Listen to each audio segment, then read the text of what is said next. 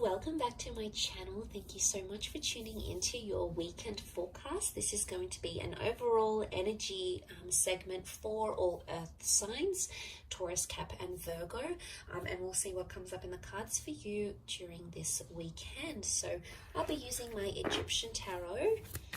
Feel free to like and of course to subscribe to the channel to get updates for readings for your sign. Otherwise, let's have a look and see what's coming up for you.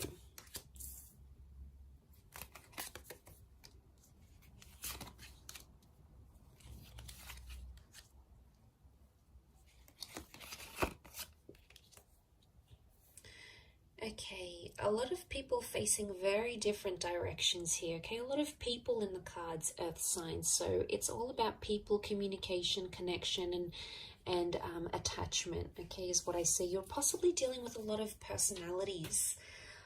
But straight away, as an overall energy, I'm getting the sense that you're seeing a lot of different sides to a person. There's a lot of versatility here. Now, some is going to be good sides, and some, you know, the kind sides, giving sides, signs that someone is trying really hard in this relationship, but also other sides, okay, spiteful sides or emotionally impacting sides to a person.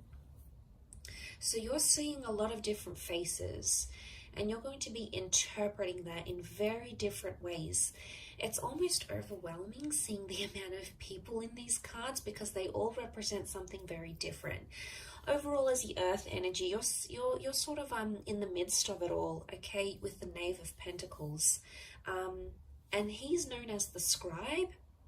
So he sits down and observes and records and tries to understand and document what it is that's going on around him. Now, I sense that you're in the midst of it all, and straight away I feel like a lot of people are going to be giving you advice on your love life and on your relationships.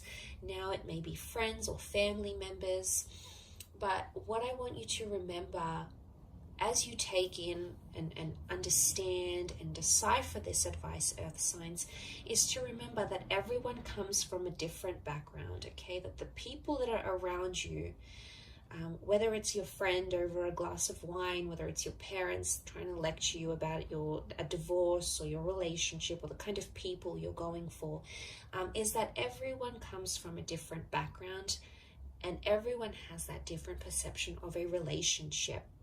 So you're going to get the good advice, you know, there's someone who's in love and they're in a very beautiful stage in their relationship and they're going to give you some positive insight. They're going to be inspiring and they're going to be helpful and they're going to be very giving and they're going to tell you to push on and pursue something, okay? It's one advice is going to be on this side, okay? It's very emotionally enlightening, but the other advice or messages that you're going to be getting with the Queen of Swords reversed, we've got the King of Cups reversed, is advice that would indicate that you need to either be harsh or be firm, be overly assertive, to refuse your love or your attention or your affection from that person.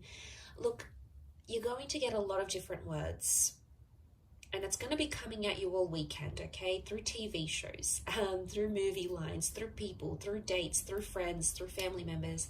There's a lot of information that's going to be swirling around to you. But you must remember, at the end of the day, these people have been emotionally conditioned to say the things they have to say, okay? To dish out the advice they will be dishing out. So I want you to, as much as you're going to be absorbing that, which I think you will be, you may write some of it down,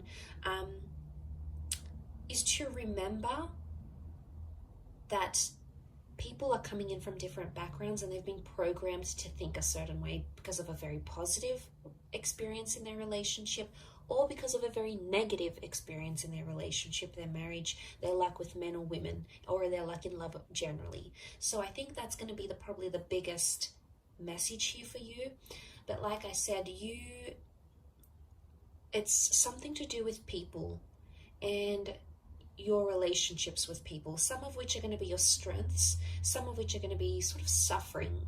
And I think it's somehow crammed into the weekend. So I don't know if you've got a lot of events on, or you're meeting up with a lot of people, or a lot of people are just going to be trying to contact you. but each of them are going to have something important to say, or something that's going to stay with you, enough for you to stop and really think about what it is they have to say, because you're coming up as the Knave of Pentacles, so you're the Knight, but you're at a standstill. So I don't see you making any sort of major decisions.